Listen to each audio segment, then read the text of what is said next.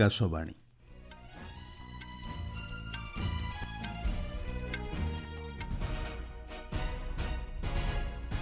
ସମ୍ବାଦ ପଢୁଛନ୍ତି ସତ୍ୟବ୍ରତ ବେହୁରା।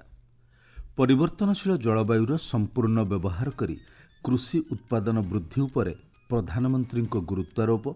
ନୂତନ ଫୌଜଦାରୀ ଆଇନ ଅନୁଯାୟୀ ପଞ୍ଜୀକୃତ ମାମଲାରେ ଓଡ଼ିଶା 87%ରୁ ଅଧିକ ଦଣ୍ଡବିଧାନ ହାର ହାସଲ କରିଛି, କହିଲେ ସ୍ୱରାଷ୍ଟ୍ରମନ୍ତ୍ରୀ। ନୂଆଦିଲ୍ଲୀରେ ଆସନ୍ତାକାଲିଠାରୁ ଆରମ୍ଭ ହେବ ଫିଟ୍ ଇଣ୍ଡିଆ କାର୍ନିଭାଲର ଦ୍ୱିତୀୟ ସଂସ୍କରଣ ଏବଂ ଆଇସିସି ପୁରୁଷ ଟି20 ବିଶ୍ୱକପ୍ରେ ଆସନ୍ତାକାଲି ଅନୁଷ୍ଠିତ ହେବ ଭାରତ ଓ ନ୍ୟୁଜିଲାଣ୍ଡ ମଧ୍ୟରେ ଫାଇନାଲ ମ୍ୟାଚ୍। ପ୍ରଧାନମନ୍ତ୍ରୀ ନରେନ୍ଦ୍ର ମୋଦି ଭାରତର ପରିବର୍ତ୍ତନଶୀଳ ଜଳବାୟୁର ସମ୍ପୂର୍ଣ୍ଣ ବ୍ୟବହାର କରି ଉତ୍ପାଦନ ବୃଦ୍ଧି କରିବା ସହ ରପ୍ତାନୀ ଦୃଢ଼ କରିବା ଉପରେ ଗୁରୁତ୍ୱାରୋପ କରିଛନ୍ତି। ବିଶ୍ୱ ବଜାରରେ ଭାରତୀୟ କୃଷିଜାତ ଦ୍ରବ୍ୟର ଚାହିଦା ବୃଦ୍ଧି ନିମନ୍ତେ ଉଚ୍ଚ ମୂଲ୍ୟଯୁକ୍ତ ଶସ୍ୟ ଉତ୍ପାଦନ ଉପରେ ପ୍ରଧାନମନ୍ତ୍ରୀ ଗୁରୁତ୍ୱ ଦେଇଛନ୍ତି। ଗତକାଲି ଭିଡ଼ିଓ କନଫରେନ୍ସିଂ ଜରିଆରେ କୃଷି ଏବଂ ଗ୍ରାମୀଣ ପରିବର୍ତ୍ତନ ବିଷୟବସ୍ତୁ ଉପରେ ବଜେଟ୍ ପରବର୍ତ୍ତୀ ୱେବିନାରକୁ ସମ୍ବୋଧିତ କରି ଶ୍ରୀ ମୋଦି କହିଛନ୍ତି, କୃଷି ଭାରତର ଅର୍ଥନୀତିର ମେରୁଦଣ୍ଡ ଏବଂ ଦେଶର ଦୀର୍ଘକାଳୀନ ବିକାଶ ଯାତ୍ରା ପାଇଁ ଏକ ରଣନୈତିକ ସ୍ତମ୍ଭ ପାଲଟିଛି। ସରକାର କୃଷି କ୍ଷେତ୍ରକୁ ସୁଦୃଢ଼ କରିବା ପାଇଁ ନିରନ୍ତର ପଦକ୍ଷେପ ନେଉଛନ୍ତି ବୋଲି ସେ କହିଛନ୍ତି। ଚଳିତ ବର୍ଷର କେନ୍ଦ୍ର ବଜେଟ୍ କୃଷି ଏବଂ ଗ୍ରାମୀଣ ପରିବର୍ତ୍ତନକୁ ଏକ ଦୃଢ଼ ପ୍ରୋତ୍ସାହନ ପ୍ରଦାନ କରିଛି ବୋଲି ସେ କହିଛନ୍ତି। ଶ୍ରୀ ମୋଦି କହିଛନ୍ତି, ପ୍ରଧାନମନ୍ତ୍ରୀ କିଷାନ ସମ୍ମାନ ନିଧି ଅଧୀନରେ ପ୍ରାୟ 10 କୋଟି ଚାଷୀ 4 ଲକ୍ଷ କୋଟି ଟଙ୍କାରୁ ଅଧିକ ଲାଭ ପାଇଛନ୍ତି। ସେ କହିଛନ୍ତି ଯେ ପ୍ରଧାନମନ୍ତ୍ରୀ ଫସଲ ବୀମା ଯୋଜନା ଅଧୀନରେ ଏପର୍ଯ୍ୟନ୍ତ ପ୍ରାୟ 2 ଲକ୍ଷ କୋଟି ଟଙ୍କାର ଅଭିଯୋଗର ସମାଧାନ କରାଯାଇଛି। କେନ୍ଦ୍ର ସରକାର ପ୍ରାୟ 9 କୋଟିରୁ ଅଧିକ ଡିଜିଟାଲ କୃଷକ ପରିଚୟ ପତ୍ର ପ୍ରଦାନ କରିଛନ୍ତି ବୋଲି ଶ୍ରୀ ମୋଦି କହିଛନ୍ତି। ରାଷ୍ଟ୍ରପତି ଦ୍ରୌପଦୀ ମୁର୍ମୁ ଆଜି ପଶ୍ଚିମବଙ୍ଗ ଗସ୍ତ କରିବେ। ଏହି ଦିନିକିଆ ଗସ୍ତ କାଳରେ ରାଷ୍ଟ୍ରପତି ଦାର୍ଜିଲିଂ ପରିଦର୍ଶନରେ ଯିବା ସହ ଆନ୍ତର୍ଜାତିକ ସାନ୍ତାଳ ପରିଷଦର 9ମ ସମ୍ମିଳନୀରେ ଯୋଗଦେବେ। ସ୍ୱରାଷ୍ଟ୍ରମନ୍ତ୍ରୀ ଅମିତ ଶାହା ଓଡ଼ିଶାରେ ଗତକାଲି 3,770 କୋଟି ଟଙ୍କାରୁ ଅଧିକ ମୂଲ୍ୟର ବିକାଶମୂଳକ ପ୍ରକଳ୍ପର ଉଦ୍ଘାଟନ ଏବଂ ଭିତ୍ତିପ୍ରସ୍ତର ସ୍ଥାପନ କରିଛନ୍ତି। ଏଥିରେ ଜାତୀୟ ଦୁଗ୍ଧ ବିକାଶ ବୋର୍ଡ, ଓଡ଼ିଶା ରାଜ୍ୟ ସମବାୟ କ୍ଷୀର ଉତ୍ପାଦକ ମହାସଂଘ ଏବଂ ରାଜ୍ୟ ସରକାରଙ୍କ ବିଭିନ୍ନ ପ୍ରକଳ୍ପ ଅନ୍ତର୍ଭୁକ୍ତ। ଶ୍ରୀ ଶାହା ଭାରତୀୟ କୃଷକ ସାର ସମବାୟ ଲିମିଟେଡ୍ର ପାରାଦୀପ ୟୁନିଟ୍ରେ ସଲଫ୍ୟୁରିକ୍ ଏସିଡ୍ ପ୍ଲାଣ୍ଟର ମଧ୍ୟ ଉଦ୍ଘାଟନ କରିଛନ୍ତି। ଶ୍ରୀ ଶାହା ଭୁବନେଶ୍ୱରରେ ଏକ ସମବାୟ ବିକାଶ ସେମିନାରକୁ ସମ୍ବୋଧିତ କରିଛନ୍ତି। କାର୍ଯ୍ୟକ୍ରମରେ କେନ୍ଦ୍ରମନ୍ତ୍ରୀ ଧର୍ମେନ୍ଦ୍ର ପ୍ରଧାନ ଏବଂ ଓଡ଼ିଶା ମୁଖ୍ୟମନ୍ତ୍ରୀ ମୋହନ ଚରଣ ମାଝୀ ଉପସ୍ଥିତ ଥିଲେ। ସମାବେଶକୁ ସମ୍ବୋଧିତ କରି ଶ୍ରୀ ଶାହା କହିଛନ୍ତି, ଆରମ୍ଭ ହୋଇଥିବା ପ୍ରକଳ୍ପଗୁଡ଼ିକ ଓଡ଼ିଶାର ବିକାଶରେ ଗୁରୁତ୍ୱପୂର୍ଣ୍ଣ ଭୂମିକା ଗ୍ରହଣ କରିବ। ସେ କହିଛନ୍ତି, ପାରାଦୀପରେ ସଲଫ୍ୟୁରିକ୍ ଏସିଡ୍ ପ୍ଲାଣ୍ଟ ଘରୋଇ ଉତ୍ପାଦନକୁ ସୁଦୃଢ଼ କରିବାରେ ସାହାଯ୍ୟ କରିବ ଏବଂ ଦେଶକୁ ରାସାୟନିକ କ୍ଷେତ୍ରରେ ଆତ୍ମନିର୍ଭରଶୀଳ କରିବାରେ ଯୋଗଦାନ ଦେବ। ସେ ଆହୁରି ମଧ୍ୟ କହିଛନ୍ତି ଯେ ଆଗାମୀ ବର୍ଷଗୁଡ଼ିକରେ ଇଫ୍କୋ ଏବଂ କ୍ରିଭ୍କୋ ଭଳି ସଂଗଠନ ଭାରତକୁ ସଲଫ୍ୟୁରିକ୍ ଏସିଡ୍ ଉତ୍ପାଦନରେ ଆତ୍ମନିର୍ଭରଶୀଳ କରିବାରେ ସାହାଯ୍ୟ କରିବା ପାଇଁ ଏକାଠି କାମ କରିବେ। ଆଭ୍ୟନ୍ତରୀଣ ସୁରକ୍ଷା ସମ୍ପର୍କରେ ଶ୍ରୀ ଶାହା କହିଛନ୍ତି, କେନ୍ଦ୍ର ସରକାର ବାମପନ୍ଥୀ ଉଗ୍ରବାଦକୁ ଦୂର କରିବା ପାଇଁ ଉଦ୍ୟମ ଜୋରଦାର କରିଛନ୍ତି ଏବଂ ଚଳିତ ମାସ ଶେଷ ସୁଦ୍ଧା ଦେଶରେ ମାଓବାଦ ମୂଳୋତ୍ପାଟନ ହେବ ବୋଲି ସେ ବିଶ୍ୱାସ ପ୍ରକାଶ କରିଛନ୍ତି। ସେ କହିଛନ୍ତି ଯେ ମାଓବାଦ ଦ୍ୱାରା ପ୍ରଭାବିତ ଅଞ୍ଚଳଗୁଡ଼ିକରେ ବିକାଶ କାର୍ଯ୍ୟ ତ୍ୱରାନ୍ୱିତ କରିବା ଏବଂ ଆଦିବାସୀ ସମ୍ପ୍ରଦାୟ ବିକାଶ ପଦକ୍ଷେପରୁ ଉପକୃତ ହେବା ନିଶ୍ଚିତ କରିବା ପାଇଁ ସରକାର ପଦକ୍ଷେପ ନେଉଛନ୍ତି। ସ୍ୱରାଷ୍ଟ୍ରମନ୍ତ୍ରୀ ଓଡ଼ିଶାରେ ଜାତୀୟ ଫୋରେନ୍ସିକ୍ ବିଜ୍ଞାନ ବିଶ୍ୱବିଦ୍ୟାଳୟର ଏକ କ୍ୟାମ୍ପସର ଶିଳାନ୍ୟାସ କରିଛନ୍ତି। ଶ୍ରୀ ଶାହା କହିଛନ୍ତି, ସରକାର ଫୌଜଦାରୀ ନ୍ୟାୟ ବ୍ୟବସ୍ଥାକୁ ସୁଦୃଢ଼ କରିବା ପାଇଁ ଫୌଜଦାରୀ ବିଜ୍ଞାନ ପ୍ରୟୋଗଶାଳା ଏବଂ NFSU କ୍ୟାମ୍ପସ ସ୍ଥାପନ କରି ସାରା ଦେଶରେ ଫୌଜଦାରୀ ଭିତ୍ତିଭୂମିର ବିସ୍ତାର କରୁଛନ୍ତି। ସେ କହିଛନ୍ତି, ନୂତନ ଫୌଜଦାରୀ ଆଇନ ଅନୁଯାୟୀ ପଞ୍ଜୀକୃତ ମାମଲାରେ ଓଡ଼ିଶା 87%ରୁ ଅଧିକ ଦଣ୍ଡବିଧାନ ହାର ହାସଲ କରିଛି। କେନ୍ଦ୍ର ସରକାର ବ୍ରଡକାଷ୍ଟ ଅଡିଏନ୍ସ ରିସର୍ଚ୍ଚ କାଉନସିଲକୁ ଆସନ୍ତା 4 ସପ୍ତାହ ପର୍ଯ୍ୟନ୍ତ ସମ୍ବାଦ ପ୍ରସାରଣ କରୁଥିବା ଟିଭି ଚ୍ୟାନେଲଗୁଡ଼ିକର ରେଟିଂ ପଏଣ୍ଟ ରିପୋର୍ଟିଂକୁ ସ୍ଥଗିତ ରଖିବାକୁ ନିର୍ଦ୍ଦେଶ ଦେଇଛନ୍ତି।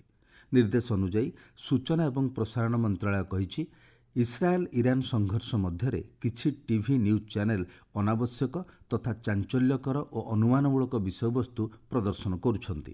ମନ୍ତ୍ରଣାଳୟ କହିଛି, ଏପରି କରିବା ଦ୍ୱାରା ସାଧାରଣ ଜନତାଙ୍କ ମଧ୍ୟରେ ବିଶେଷ କରି ପ୍ରଭାବିତ ଅଞ୍ଚଳରେ ବନ୍ଧୁ ଏବଂ ପରିବାର ସହ କିମ୍ବା ସେଠାରେ ରହୁଥିବା ଲୋକଙ୍କ ମଧ୍ୟରେ ଆତଙ୍କ ସୃଷ୍ଟି ହେବାର ସମ୍ଭାବନା ଦେଖାଦେଇଛି।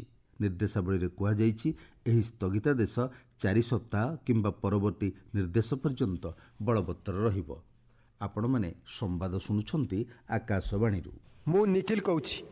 କମ୍ରେଡ୍ ଶୁକ୍ରୁ, ଶିଲା, ଚନ୍ଦ୍ରାଲୁକୁ ମୋର ପରାମର୍ଶ, ସଶସ୍ତ୍ର ବିପ୍ଳବ ଛାଡ଼ି ଦେଶର ସମ୍ବିଧାନ ଅନୁସାରେ ଆନ୍ଦୋଳନ କରିବା ପାଇଁ ଆଗେଇ ଆସନ୍ତୁ। ପିବି କମ୍ରେଡ୍ ଦେବଜୀ, ସଂଗ୍ରାମ ଦାଦା ଆତ୍ମସମର୍ପଣ କରିବା ପରେ ସିଆର୍ପି କ୍ଷେତ୍ରରେ ସିସି ନେତୃତ୍ୱ ଶେଷ ହୋଇଯାଇଛି। ଆମ ଓଡ଼ିଶାର ପଶ୍ଚିମ ବ୍ୟୁରୋ ସଚିବ ବିକାଶ, ବିବିଏମ୍ର ସମସ୍ତ ସାଥୀ ଆତ୍ମସମର୍ପଣ କରିବା ପରେ ରାଜ୍ୟରେ ପୁରା ନେତୃତ୍ୱ ଓ ଡିଭିଜନ୍ ଖାଲି ହୋଇସାରିଲାଣି। ଅନ୍ୟ ରାଜ୍ୟମାନଙ୍କର ମଧ୍ୟ ଏହି ସମାନ ସ୍ଥିତି। କେବଳ ତୁମେମାନେ କିଛି ସାଥୀ ବାକି ଅଛ। ଆଜିର ପରିସ୍ଥିତିରେ ସଶସ୍ତ୍ର ବିପ୍ଳବ ସମ୍ଭବ ନୁହେଁ ନାହିଁ। ତେଣୁ କମ୍ରେଡ୍ ଶୁକ୍ରୁ, ଶିଲା, ଚନ୍ଦ୍ରାଲୁକୁ ମୋର ବିଶେଷ ଅନୁରୋଧ, ଆଗପଛ ନ ହୋଇ ଓ ଆଉ ଲେଟ୍ ନ କରି ସଶସ୍ତ୍ର ବିପ୍ଳବ ଛାଡ଼ି ଆତ୍ମସମର୍ପଣ କରନ୍ତୁ। ଓଡ଼ିଶା ସରକାର ଓ ପୁଲିସ ସବୁ ପ୍ରକାର ସହଯୋଗ କରିବ। ତୁମମାନଙ୍କର ସୁରକ୍ଷାର ଗ୍ୟାରେଣ୍ଟି ମୁଁ ଦେଉଛି। ମୋ ଉପରେ ବିଶ୍ୱାସ ରଖନ୍ତୁ। ନିର୍ଭୟରେ ମୋର ଏହି ମୋବାଇଲ ନମ୍ବର 9437643839ରେ ସମ୍ପର୍କ କଲେ ମୁଁ ଯାଇ ତୁମମାନଙ୍କୁ ଶୀଘ୍ର ନେଇ ଆସିବି। ଆପଣଙ୍କର ଅପେକ୍ଷାରେ କମ୍ରେଡ୍ ନିଖିଲ, ପୂର୍ବ ସବଜୋନାଲ ବ୍ୟୁରୋ ସଚିବ। ଫିଟ୍ ଇଣ୍ଡିଆ କାର୍ନିଭାଲର ଦ୍ୱିତୀୟ ସଂସ୍କରଣ ଆସନ୍ତାକାଲିଠାରୁ ନୂଆଦିଲ୍ଲୀର ଜବାହରଲାଲ ନେହେରୁ ଷ୍ଟାଡିୟମରେ ଆରମ୍ଭ ହେବ। ଏଥିରେ ଚଳିତ ବର୍ଷର ଅନ୍ତର୍ଜାତୀୟ ମହିଳା ଦିବସ ପାଳନ କରାଯିବ। ମେଜର ଧ୍ୟାନଚାନ୍ଦ ଷ୍ଟାଡିୟମରେ ଫିଟ୍ ଇଣ୍ଡିଆ ସଣ୍ଡେ ଜନ୍ ସାଇକେଲର 64ତମ ସଂସ୍କରଣ ଶେଷ ହେବା ପରେ ଚଳିତ ମାସ 8, 9 ଓ 10 ତାରିଖରେ କାର୍ନିଭାଲ ଆୟୋଜନ କରାଯାଉଛି। ଏହି ସଂସ୍କରଣରେ ମହିଳା ଖେଳାଳି, ପ୍ରଭାବଶାଳୀ ଏବଂ ଫିଟନେସ୍ ଚାମ୍ପିୟନମାନଙ୍କ ଉପରେ ବିଶେଷ ଧ୍ୟାନ ଦିଆଯିବ। ଗତବର୍ଷର ପ୍ରଥମ ସଂସ୍କରଣର ସଫଳତା ପରେ ଫିଟ୍ ଇଣ୍ଡିଆ କାର୍ନିଭାଲ ଫିଟନେସ୍ ଉତ୍ସାହୀ, କ୍ରୀଡ଼ାବିତ୍, ସେଲିବ୍ରିଟି ଏବଂ ନାଗରିକମାନଙ୍କୁ ସକ୍ରିୟ ଜୀବନଶୈଳୀ ପାଳନ କରିବା ବାର୍ତ୍ତା ନେଇ ଏକତ୍ରିତ କରୁଛି। ଲୋକସଭାରେ ବାଚସ୍ପତି ଓମ୍ ବିର୍ଲାଙ୍କ ବିପକ୍ଷରେ ଆଗତ ପ୍ରସ୍ତାବ ଉପରେ ଆସନ୍ତା ସୋମବାର ଦିନ ଆଲୋଚନା ହେବ। ବଜେଟ୍ ଅଧିବେଶନର ଦ୍ୱିତୀୟ ପର୍ଯ୍ୟାୟ ଚଳିତ ମାସ 9 ତାରିଖରୁ ଆରମ୍ଭ ହେଉଛି। ଗତ ମାସରେ ବଜେଟ୍ ଅଧିବେଶନର ପ୍ରଥମ ପର୍ଯ୍ୟାୟରେ ବିରୋଧୀ ଦଳ ଲୋକସଭାର ମହାସଚିବଙ୍କୁ ଏକ ଅନାସ୍ଥା ନୋଟିସ୍ ପ୍ରଦାନ କରିଥିଲେ। ସେଥିରେ ବାଚସ୍ପତିଙ୍କୁ ଦଳୀୟ ଭିତ୍ତିରେ କାର୍ଯ୍ୟ କରିବାର ଅଭିଯୋଗ ହୋଇଥିଲା। ଏହି ପ୍ରସ୍ତାବରେ କଂଗ୍ରେସ, ସମାଜବାଦୀ ପାର୍ଟି, ଡିଏମ୍କେ, ବାମପନ୍ଥୀ ଏବଂ ଅନ୍ୟାନ୍ୟ ସଦସ୍ୟଙ୍କ ସମେତ 118 ଜଣ ସାଂସଦ ସ୍ୱାକ୍ଷର କରିଥିଲେ। ନୋଟିସ୍ 3 ଜଣ କଂଗ୍ରେସ ସଦସ୍ୟ ମହମ୍ମଦ ଜାଭେଦ, କେ ସୁରେଶ ଏବଂ ମଲ୍ଲୁ ରବିଙ୍କ ଦ୍ୱାରା ଆଗତ କରାଯିବ ବୋଲି ଜଣାପଡ଼ିଛି। ଯଦି ପ୍ରସ୍ତାବ ଗ୍ରହଣ କରାଯାଏ, ସେ କ୍ଷେତ୍ରରେ ଶ୍ରୀ ବିର୍ଲା ଗୃହର କାର୍ଯ୍ୟ ପରିଚାଳନା କରିବେ ନାହିଁ। ଆଲୋଚନା ସମୟରେ ସେ ଅନ୍ୟ ସଦସ୍ୟମାନଙ୍କ ସହ ଗୃହରେ ଉପସ୍ଥିତ ରହିବେ। ଅନ୍ୟପକ୍ଷରେ ବିଜେପି ଏବଂ କଂଗ୍ରେସ ସେମାନଙ୍କର ଲୋକସଭା ସାଂସଦମାନଙ୍କୁ ଚଳିତ ମାସ 9 ଓ 10 ତାରିଖରେ ଗୃହରେ ଉପସ୍ଥିତ ରହିବାକୁ ହୁଇପ୍ ଜାରି କରିଥିବା ଜଣାପଡ଼ିଛି। ପଶ୍ଚିମ ଏସିଆରେ ଚାଲିଥିବା ଘଟଣାକ୍ରମ ଏବଂ ଏହା ପ୍ରଭାବରେ ଆକାଶ ସୀମା ପ୍ରତିବନ୍ଧକ ଯୋଗୁଁ ଗତକାଲି 278ଟି ବିମାନ ବାତିଲ କରାଯାଇଥିଲା। ବେସାମରିକ ବିମାନ ଚଳାଚଳ ମନ୍ତ୍ରଣାଳୟ ସୂଚନା ଅନୁଯାୟୀ ଏଭଳି ପରିସ୍ଥିତି ଯୋଗୁଁ ବିମାନ ପରିଚାଳନା ପ୍ରଭାବିତ ହୋଇଛି। ସାମାଜିକ ଗଣମାଧ୍ୟମ ପୋଷ୍ଟରେ ମନ୍ତ୍ରଣାଳୟ ପକ୍ଷରୁ ଦିଆଯାଇଥିବା ସୂଚନା ଅନୁଯାୟୀ ଭାରତୀୟ ବିମାନ କମ୍ପାନୀଗୁଡ଼ିକ ଦ୍ୱାରା ପରିଚାଳିତ ମୋଟ 40ଟି ବିଦେଶୀ ବିମାନ ପଶ୍ଚିମ ଏସିଆ କ୍ଷେତ୍ରରୁ ଭାରତରେ ପହଞ୍ଚିଥିବା ବେଳେ 7,200ରୁ ଅଧିକ ଯାତ୍ରୀ ଯାତ୍ରା କରିଛନ୍ତି। ଯାତ୍ରୀମାନଙ୍କୁ ସଠିକ୍ ସୂଚନା ଦେବା ଏବଂ ସହାୟତା ପାଇଁ 24 ଘଣ୍ଟିଆ ନିୟନ୍ତ୍ରଣ କକ୍ଷ କାର୍ଯ୍ୟ କରୁଛି। ଆଇସିସି ପୁରୁଷ ଟି20 ବିଶ୍ୱକପ୍ରେ ଆସନ୍ତାକାଲି ଅହମ୍ମଦାବାଦ ସ୍ଥିତ ନରେନ୍ଦ୍ର ମୋଦି ଷ୍ଟାଡିୟମରେ ଭାରତ ଓ ନ୍ୟୁଜିଲାଣ୍ଡ ମଧ୍ୟରେ ଫାଇନାଲ୍ ମ୍ୟାଚ୍ ଅନୁଷ୍ଠିତ ହେବ। ଭାରତୀୟ ସମୟ ସନ୍ଧ୍ୟା 7ଟାରେ ମ୍ୟାଚ୍ ଆରମ୍ଭ ହେବ। ସୂର୍ଯ୍ୟ କୁମାର ଯାଦବଙ୍କ ନେତୃତ୍ୱାଧୀନ ଭାରତୀୟ ଦଳ ଏହି ଟି20 ବିଶ୍ୱକପ୍ର ସେମିଫାଇନାଲରେ ଇଂଲଣ୍ଡକୁ 7 ରନ୍ରେ ପରାସ୍ତ କରି ଫାଇନାଲରେ ପହଞ୍ଚିଛି। ଅନ୍ୟପକ୍ଷରେ ଅଧିନାୟକ ମିଚେଲ ସାଣ୍ଟେନରଙ୍କ ନେତୃତ୍ୱାଧୀନ ନ୍ୟୁଜିଲାଣ୍ଡ ଦଳ ଦକ୍ଷିଣ ଆଫ୍ରିକା ବିରୋଧରେ 9 ୱିକେଟ୍ରେ ବିଜୟ ଲାଭ କରି ଫାଇନାଲକୁ ଉନ୍ନୀତ ହୋଇଥିଲା।